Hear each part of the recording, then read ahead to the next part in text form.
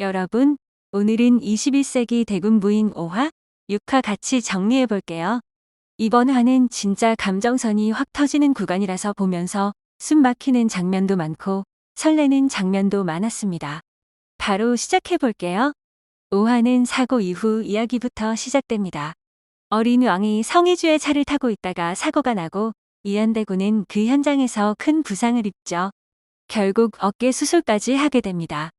성의주는 깨어나자마자 이안을 찾는데 얼굴까지 다친 모습을 보고 화를 내면서도 안도하는 모습이 너무 인상적이에요.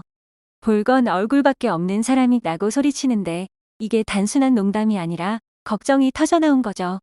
근데 이안은 자기보다 성의주부터 챙깁니다. 괜찮냐고 묻고 가까이 와보라고 하는데 둘이 마주보는 순간 분위기가 완전히 바뀌어요. 서로 걱정하는 마음이 그대로 전해지는 장면입니다. 그런데 분위기가 이어질 틈도 없이 갈등이 시작됩니다.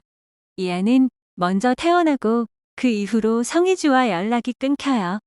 성의주는 아무 설명도 못 들은 채 사저에서도 쫓겨나고요. 성의주는 민총리와의 계약혼인 이야기가 생각납니다. 이안이 병실 밖에서 이야기를 듣게 되어 오해한 채로 마음을 닫아버린 상태일 것이라 생각하죠. 결국 이안은 성의주를 궁으로 불러서 혼인을 없던 일로 하자고 합니다.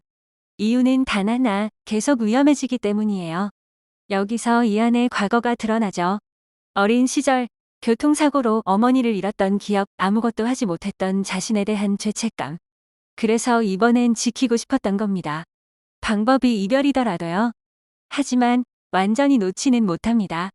대신 내진년에 성의주를 초대하려고 합니다. 공식적인 보호 장치를 만들어주려는 거죠. 성의주는 처음엔 거절하지만 이안을 향해 말합니다. 지키는 건 숨는 게 아니라 싸우는 거라고. 휘지 말고 양보하지 말고 물러서지 말라고요. 이 말이 이안에게 크게 남습니다. 그리고 사건은 더 깊어집니다. 차를 건드린 범인을 추적했는데 이미 죽어버렸다는 사실이 밝혀지죠. 누가, 왜, 누구를 노린 건지 전혀 알 수 없는 상황입니다.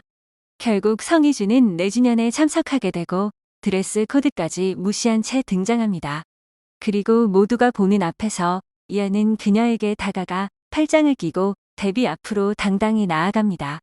휘지 말고 양보하지 말라. 이안의 변화가 시작된 순간이죠. 6화에서는 분위기가 완전히 뒤집힙니다. 내진년 이후 성의주가 등장하는 순간 이안은 완전히 눈을 떼지 못합니다. 계약이든 뭐든 상관없이 진심으로 반한 표정이에요.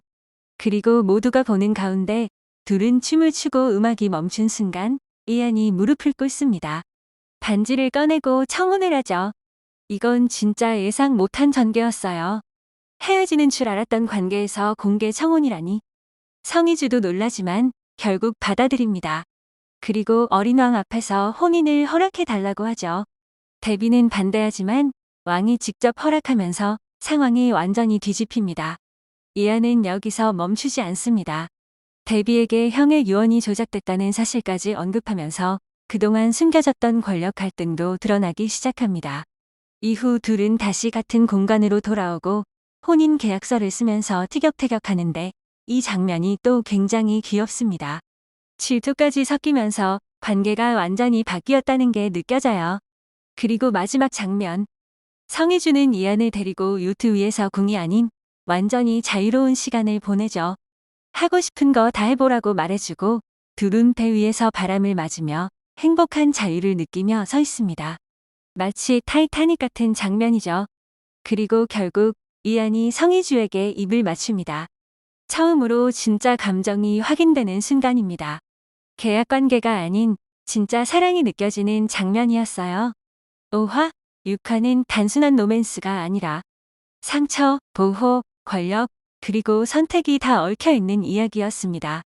특히 이안대군이 숨는 사람에서 나서는 사람으로 바뀌는 과정이 굉장히 인상적이었고 성의주는 끝까지 자기 방식으로 싸우는 캐릭터라서 더 매력적으로 느껴졌습니다.